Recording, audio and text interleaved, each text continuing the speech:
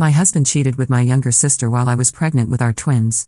They now want me to attend their wedding and let them be godparents to my children. I was 34 weeks pregnant with twins when my world collapsed around me. My name is Claire, and until that night, I believed I had the perfect life, a loving husband of 5 years named James, a beautiful home we had renovated together, and a successful career as a senior editor at a publishing house.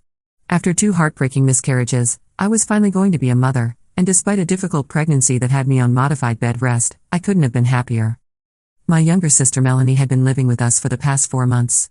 She'd gone through a nasty breakup with her long-term boyfriend and needed a place to stay just until she found her feet again, as James had suggested. I was grateful for her presence, especially since complications with my pregnancy kept me bedridden most days. While James worked long hours at his architectural firm, Melanie kept me company, bringing me meals and managing the household chores I couldn't handle. "You're so lucky to have such a supportive husband and sister," my friend Dana commented during one of her visits, as Melanie brought us tea and freshly baked cookies. "I don't know what I'd do without them," I agreed. "James has been working overtime to save for the baby's future, and Melanie has been my absolute rock." That night, the night that would forever divide my life into before and after, I couldn't sleep. The twins were particularly active, kicking and squirming as if they were competing for space. After hours of tossing and turning, I decided to go downstairs for some herbal tea, hoping it might help me relax. As I carefully made my way down the hallway, supporting my enormous belly with one hand and the wall with the other, I heard voices coming from the guest room, Melanie's room. At first, I thought she was on the phone, but then I recognized my husband's voice, followed by my sister's soft laugh, a laugh I'd never heard from her before. I stood frozen outside the door, my hand hovering over the knob, not wanting to believe what I suspected. "We need to tell her soon," I heard James say, his voice a low murmur. "This isn't fair to any of us." "After the babies are born," Melanie replied. "She's too fragile right now. The doctor said any stress could trigger early labor. We need to think about the twins." "I hate lying to her," James sighed. "I never expected this to happen, but I can't deny how I feel. About you." "I know," my sister whispered. "I've loved you since the day Claire first brought you home. I've just been waiting for you to realize we were meant to be together." I must have made a sound, a gasp, a sob, I don't know, because suddenly the voices stopped. The door opened, and there stood James in his boxers, his hair mussed, lips swollen from kissing. Behind him, I could see Melanie sitting up in bed, the sheet pulled up to cover herself, her eyes wide with shock and something else, relief. Was she actually relieved that I had finally discovered their betrayal? "Claire," James started, reaching for me. "We need to talk." I backed away, one hand instinctively covering my swollen belly as if to protect my babies from this new reality. "Don't touch me," I whispered, my voice shaking with rage and pain. "Don't you dare touch me." Melanie scrambled out of bed, hastily pulling on a robe. "Claire, please. Let us explain." "Explain what?" I asked, my voice rising despite my effort to stay calm for the baby's sake. "Explain how my husband and my sister have been sleeping together behind my back? While I'm carrying his children? While I've been thanking both of you for being so supportive?" "It wasn't supposed to happen," James said, his face contorted with what looked like genuine anguish. "We tried to fight it. But we fell in love." Those words, "we fell in love," hit me like a physical blow. I staggered back, nearly losing my balance, and felt a sharp pain low in my abdomen. "Claire." Melanie rushed forward, her hand outstretched. "Are you okay?" "Don't." I snarled, the pain intensifying. "Don't pretend you care about me now." Another pain ripped through me, stronger this time, and I felt a warm gush of fluid running down my legs. My water had broken. The twins were coming, 6 weeks early, triggered by the stress and trauma of discovering my husband and sister's betrayal. "Call an ambulance," I gasped, sliding down the wall to sit on the floor. "The babies are coming." The next few hours passed in a blur of pain, fear, and emotional numbness.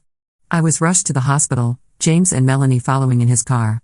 I refused to let either of them into the delivery room, calling my friend Dana instead to be my support person. The doctors were concerned about the premature labor and the stress I was under, monitoring the babies closely for signs of distress. After 14 hours of labor, my twin girls were born, Emma and Lily, small but miraculously healthy at just over 4 pounds each. As I held them in my arms for the first time, their tiny faces peaceful in sleep, I made them a silent promise: I would protect them from the pain their father and aunt had caused. I would be strong for them, even if I was shattered inside. James and Melanie waited in the hospital lobby, denied access to my room by the fiercely protective nurses who had gathered that something terrible had happened. It was Dana who finally approached them, her face stern.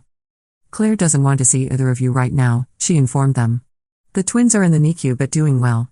She'll contact you when she's ready. They're my daughters, James protested. I have a right to see them. You lost any rights when you chose to sleep with her sister, Dana shot back. Give her space, or I'll make sure the hospital security knows you're unwelcome visitors. They left, and for the next 5 days, I remained in the hospital, recovering physically while trying to process the complete implosion of my life. The betrayal was so absolute, so devastating, that there were moments I couldn't breathe from the pain of it. The only thing keeping me tethered to sanity was my daughters, who needed me to be strong, to make decisions, to plan our future, a future that suddenly looked nothing like what I had imagined.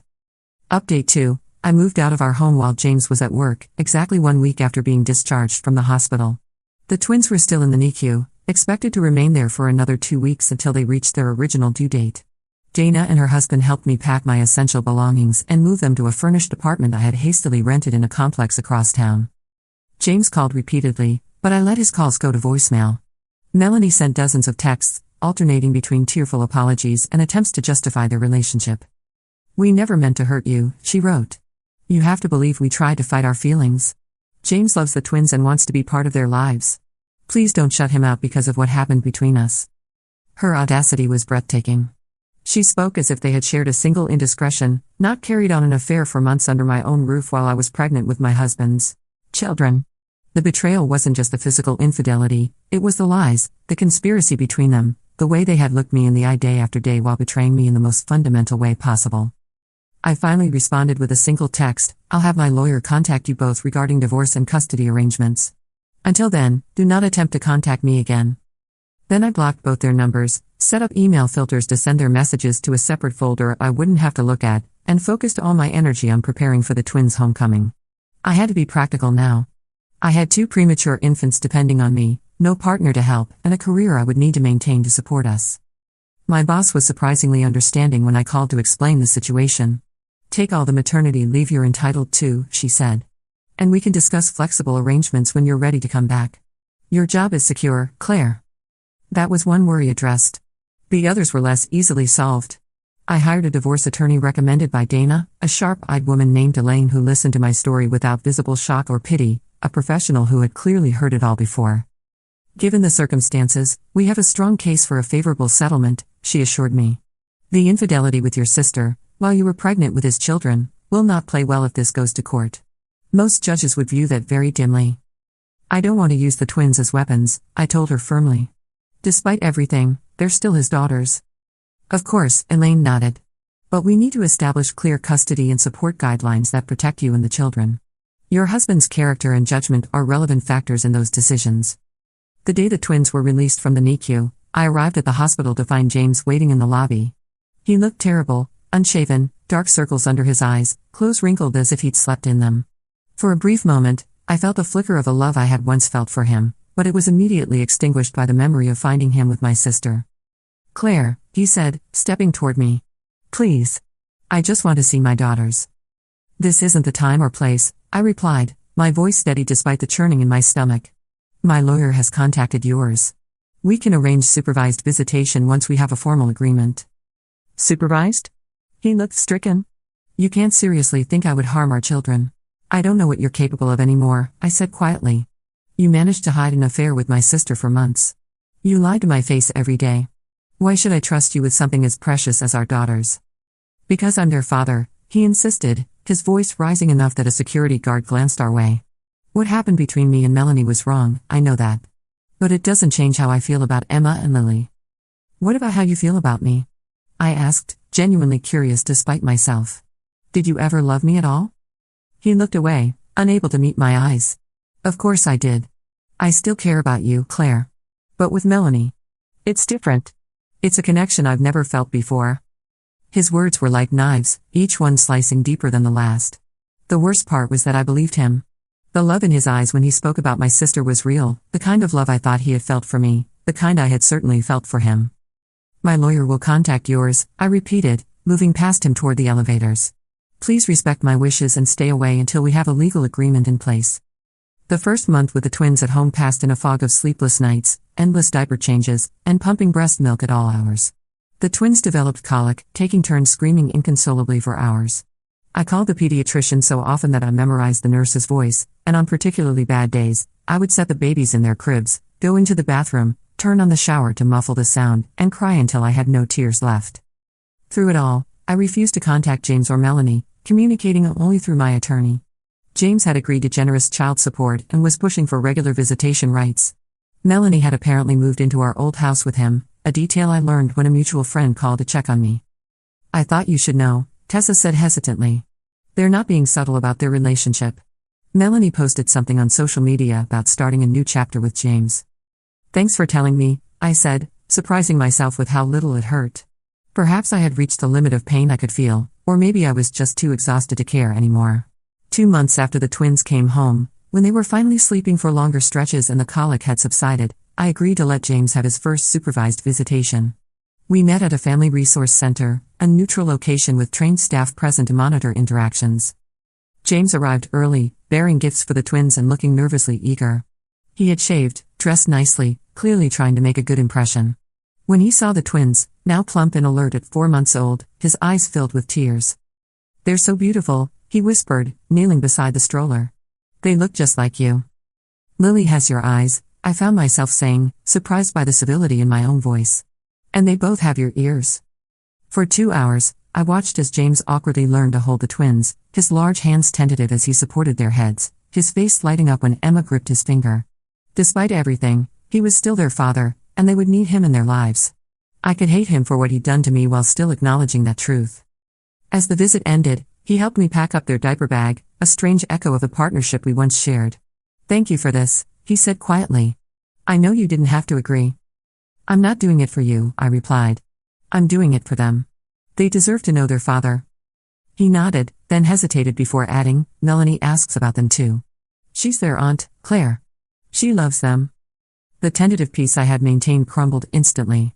"Don't," I warned, my voice tight. "Don't you dare bring her into this. She is nothing to them anymore.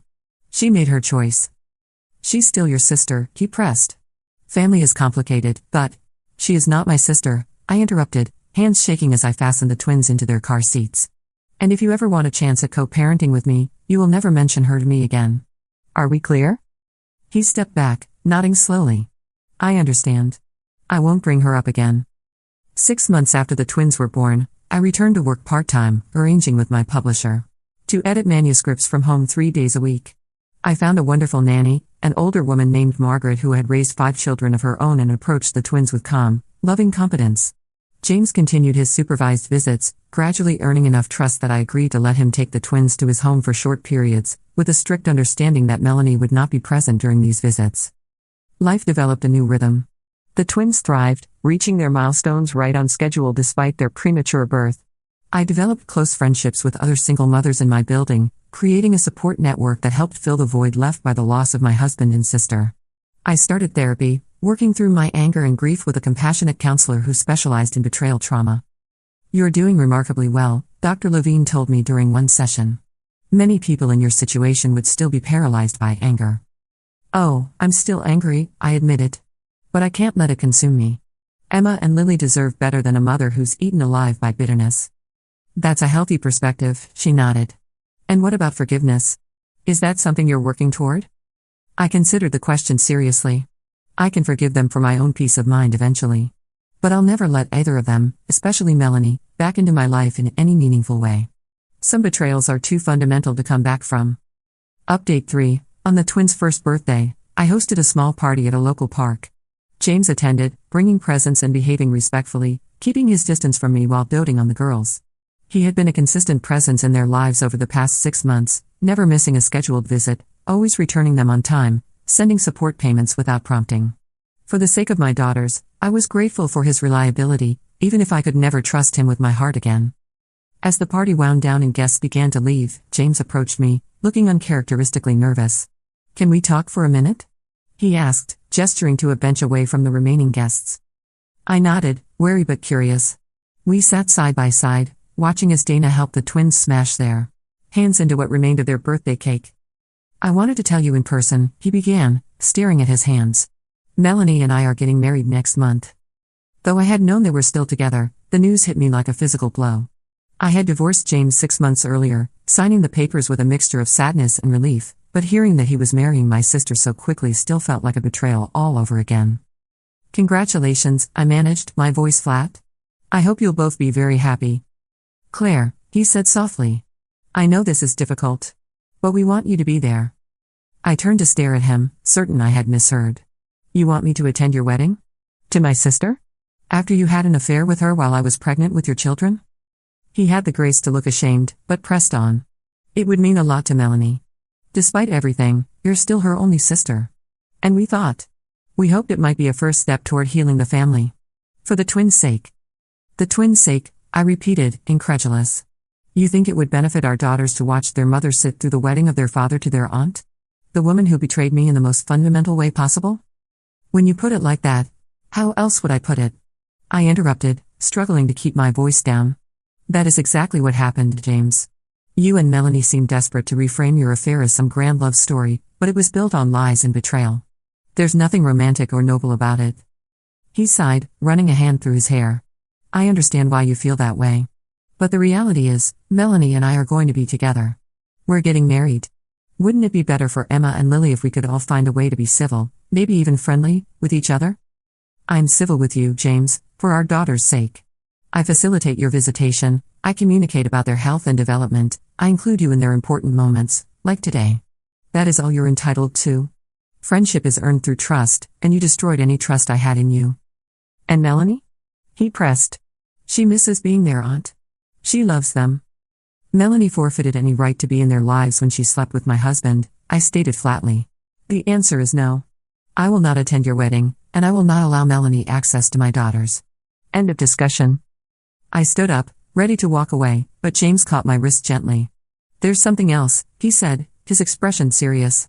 We want to ask you to consider letting us be Emma and Lily's godparents. For a moment, I thought I was hallucinating. The request was so outrageous, so completely divorced from reality, that I couldn't formulate a response. I simply stared at him, waiting for him to say he was joking. But he didn't. He continued, his expression earnest. We've been talking about it a lot. If anything ever happened to you, we would want to raise the twins together. It makes sense, I'm their father, Melanie is their aunt. They would stay within the family. I pulled my wrist from his grasp, suddenly afraid I might slap him. Have you lost your mind? I asked, my voice shaking. You want me to name the two people who betrayed me most profoundly in this world as guardians of my children? You want me to legally designate the sister who slept with my husband as the person who would raise my daughters if I died? When you put it like that, he began again. Yes, when I put it exactly as it is, I cut him off. This conversation is over, James. Enjoy your cake, say goodbye to the twins, and leave. And you can tell Melanie that if she ever attempts to contact my daughters directly, I will file for a restraining order. I walked away, shaking with anger, and busied myself with gathering the twins' gifts while James said his goodbyes to Emma and Lily. He left without approaching me again, which was the only smart decision he'd made in the past year. That night, after the twins were asleep, I received a text from an unknown number. It was Melanie, having acquired a new phone to bypass my blocks. Please, Claire. I know how this looks, but James and I truly want to heal this family. Let me see the twins. They're my nieces, and I love them. I've made a terrible mistake, but don't punish them by keeping us apart. I didn't respond, but I didn't block the number either. Instead, I saved it as evidence in case I needed to pursue legal action.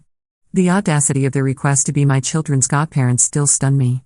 How could they possibly think I would entrust my precious daughters to the two people who had caused me the most pain I had ever experienced?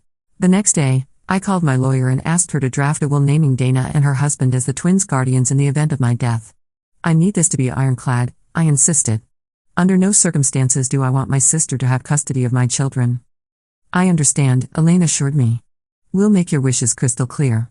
But you should know, courts typically favor biological parents in these situations. James would have a strong claim as their father. That's fine, I conceded. James has proven himself to be a responsible father, despite being a terrible husband. But I want legal documentation stating that Melanie should have no guardianship rights whatsoever. With that safety measure in place, I hoped James and Melanie would drop the subject. But the wedding invitation arrived in the mail a week later, addressed to Claire and daughters. Inside was a handwritten note from Melanie. Dear Claire, I know you're still hurting, and you have every right to be. What James and I did was wrong, and we can never undo the pain we caused you. But we truly believe that with time, we can rebuild some kind of family relationship for Emma and Lily's sake. They deserve to know their aunt and to see that adults can overcome difficult circumstances with love and forgiveness. Please consider attending our small ceremony. It would mean everything to me to have my big sister there on my wedding day. With love always, Melanie. I placed the invitation and note in a folder where I kept all communications from them, labeled simply evidence. Then I sent a brief email to James, to be absolutely clear, I will not be attending your wedding to my sister. Do not send further invitations or messages regarding this event. All communication should be limited to matters directly concerning the twins. I thought that would be the end of it, but I underestimated their determination, or their delusion. 2 weeks before their wedding, my parents called. I had maintained a distant but cordial relationship with them throughout the ordeal, refusing to force them to choose sides between their daughters despite the circumstances. Claire, honey, my mother began cautiously. We wanted to talk to you about Melanie's wedding. There's nothing to discuss, I replied firmly. I'm not attending, and neither are the twins. We understand why you feel that way, my father said, his voice gentle. But this rift in the family is hurting everyone. Melanie is devastated that you won't be there. Melanie should have thought about that before she slept with my husband, I said bluntly. My mother sighed. What they did was wrong, we all agree on that. But they're in love, Claire. Sometimes these things happen, and, these things happen? I repeated, incredulous.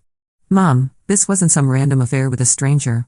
This was my sister and my husband conspiring behind my back while I was pregnant with his children. That doesn't just happen. Of course not, my father interjected quickly. What your mother means is that feelings sometimes develop in unexpected ways. It doesn't excuse their behavior, but holding on to this anger isn't healthy for you or for the twins. I realized then that my parents had bought into James and Melanie's narrative completely. In their minds, this was a regrettable but ultimately forgivable situation, a messy bit of family drama that would eventually blow over. They couldn't, or wouldn't, acknowledge the depth of the betrayal or the permanent damage it had done. I'm not angry, I told them, with more patience than I felt. I'm protecting myself and my daughters from people who have proven they can't be trusted. That's not anger, that's self-preservation. But they're still family, my mother insisted. The twins should know their aunt. And James is their father. James sees the twins regularly, as you know. As for Melanie, she stopped being family the moment she chose to betray me in the worst possible way. I'm not keeping the twins from their relatives out of spite, I'm keeping them from someone who has demonstrated a profound lack of character and moral judgment. The conversation went in circles after that, with my parents alternating between guilt trips, this is breaking your mother's heart, and appeals to forgiveness, we all make mistakes. Eventually, I made an excuse to end the call, exhausted by their inability to understand my position. The wedding day came and went. I spent it at the zoo with the twins and Dana's family, deliberately keeping busy and away from my phone. That evening, I allowed myself one glass of wine after the girls were asleep, a small act of self-care in the midst of ongoing stress. 3 days later, Melanie showed up at my apartment unannounced, still wearing her honeymoon tan and a new wedding band. Update 4, what are you doing here? I asked, blocking the doorway so she couldn't enter. It was the first time I had seen her in person since the night I discovered their affair, and the sight of her made my stomach clench with a toxic mixture of rage and grief. Melanie looked older, more mature somehow, her usually carefree expression replaced with something more serious. I needed to see you face to face, she said. You've ignored all our attempts to communicate. Because I have nothing to say to you, I replied coldly. Please leave before I call building security. She didn't move. Claire, please. 5 minutes. That's all I'm asking. 5 minutes of your time after 30 years as sisters. Against my better judgment, I stepped aside to let her in, unwilling to make a scene in the hallway where neighbors might witness our confrontation. 5 minutes, I agreed, closing the door behind her. Melanie walked into my living room, her eyes immediately drawn to the photos of the twins displayed on my bookshelf. They're so beautiful, Claire, she said softly, reaching out to touch one of the frames. They look just like you. Don't, I warned, and she withdrew her hand immediately. I'm sorry, she said, turning to face me. I've missed so much of their lives already. That was your choice, I reminded her. You made that decision every day you carried on with James behind my back. She winced, then nodded. I deserve that. I deserve your anger and your hatred. What I did was unforgivable, I know that. Then why are you here? I asked, crossing my arms over my chest, physically shielding myself from her presence. Because despite everything, we're still family, she said, her eyes filling with tears. You and me, we're sisters. And those beautiful little girls in the photos are my nieces. I'm married to their father now. Doesn't that count for something? No, I answered simply. Being family isn't just about blood or legal ties. It's about trust, loyalty, respect, all things you destroyed. People make mistakes, she cried, a tear spilling down her cheek. Even terrible ones. But you and I were sisters for 30 years before this happened. Doesn't that deserve a second chance? A mistake is forgetting to return a borrowed sweater, I said coldly. What you did was a deliberate choice, made day after day for months. You watched me struggle through a high-risk pregnancy while sleeping with my husband under my own roof. We fell in love, she whispered, as if that explained everything. We tried to fight it, but not hard enough, I interrupted. And now you expect me to what? Pretend it didn't happen? Sit at family dinners watching you with the man who was supposed to grow old with me? Allow you to play on to my daughters as if you didn't betray their mother in the most fundamental way possible? The girls deserve to know me, she insisted, wiping at her tears. I'm their aunt, Claire. Their only aunt. And whether you like it or not, I'm going to be a permanent part of their lives through James. No, you're not, I stated firmly. James has agreed that you won't be present during his visitation times. That was a condition of our custody arrangement. For now, she countered, her tone suddenly shifting. But the girls will grow up. They'll ask questions. They'll want to know why they can't meet their father's wife, why their aunt is kept away from them like some kind of monster. And when they're old enough to understand, I'll tell them the truth, I promised. Not to hurt them, but because they deserve to know why I've made the choices I have. They deserve to understand that actions have consequences, that trust once broken isn't easily repaired. Melanie's face hardened slightly. James is thinking about seeking full custody, she said, the threat obvious in her tone. He thinks your hatred of me is unhealthy for the twins. A judge might agree that keeping children from loving family members shows poor judgment on your part. I laughed, genuinely amused by her attempt at intimidation. By all means, tell James to try. I'd love to explain to a family court judge exactly why I don't want my children around the woman who had an affair with their father while I was pregnant with them. Melanie paled, realizing her threat had backfired. That's not, I didn't mean. Your 5 minutes are up, I said, moving to the door and opening it. Don't come here again. Any communication about the twins should come from James through proper legal channels. We're married now, she said desperately as I ushered her out. This is the reality, Claire. You can't keep punishing us forever. I'm not punishing you, I replied, meeting her eyes directly. I'm protecting myself and my daughters. There's a difference. You and James made choices that destroyed our family. Now I'm making choices to build a new one without you in it. After she left, I called my lawyer to document the visit and Melanie's custody threat. That evening, James called, apologizing for Melanie's behavior but still insisting that finding a way forward as a family was best for the twins. There is no family, I told him wearily. Not between me and you and Melanie. There's you and Melanie, there's me, and there are our daughters in the middle. The best thing for the twins is for all of us to be clear about those boundaries. But they'll grow up with such division, he argued. Separate holidays, separate celebrations. Don't you want more for them? What I want is for them to grow up with a mother who has enough self-respect not to maintain close relationships with people who betrayed her, I replied. What kind of example would I be setting if I pretended everything was fine? If I taught them that loyalty means nothing, that betrayal comes without consequences? He was silent for a long moment. I never meant to hurt you, Claire. Neither did Melanie. We truly believed we could fight our feelings, that they would go away. By the time we realized they wouldn't, it was too late. We were already in too deep. That's the problem, James, I said quietly. You're still framing this as something that happened to you, some force of nature you couldn't control. But you made choices. Every day, every time you slipped into Melanie's room, every time you lied to my face, you chose to betray me. Own that, at least. You're right, he admitted, surprising me. We did make choices. Terrible ones. But now we're trying to make better ones. We want to be in the twins' lives, both of us. We want to find a way forward that doesn't involve all this anger and hurt. That's not possible, I told him. Not now, maybe not ever. The best we can do is be civil co-parents. That's all I can offer. After we hung up, I sat looking at photos of my daughters, wondering if I was making the right choices for them. Would they resent me someday for keeping Melanie out of their lives? Would they believe I was being cruel or vindictive? I couldn't know. All I could do was follow my instincts, protect them as best I could, and trust that when they were old enough to understand, they would see that I had acted out of love, not hatred. I realized then that nothing would ever change with James and Melanie. They would always see themselves as victims of unfortunate circumstances rather than architects of betrayal. They would always use the twins to justify their demands for forgiveness and inclusion. And they would never truly understand the depth of what they had destroyed. Update 5. 6 months after Melanie's surprise visit, James filed for increased custody, claiming my ongoing hostility toward his wife created a negative environment for the twins. It was exactly the legal battle I had hoped to avoid. My lawyer was prepared.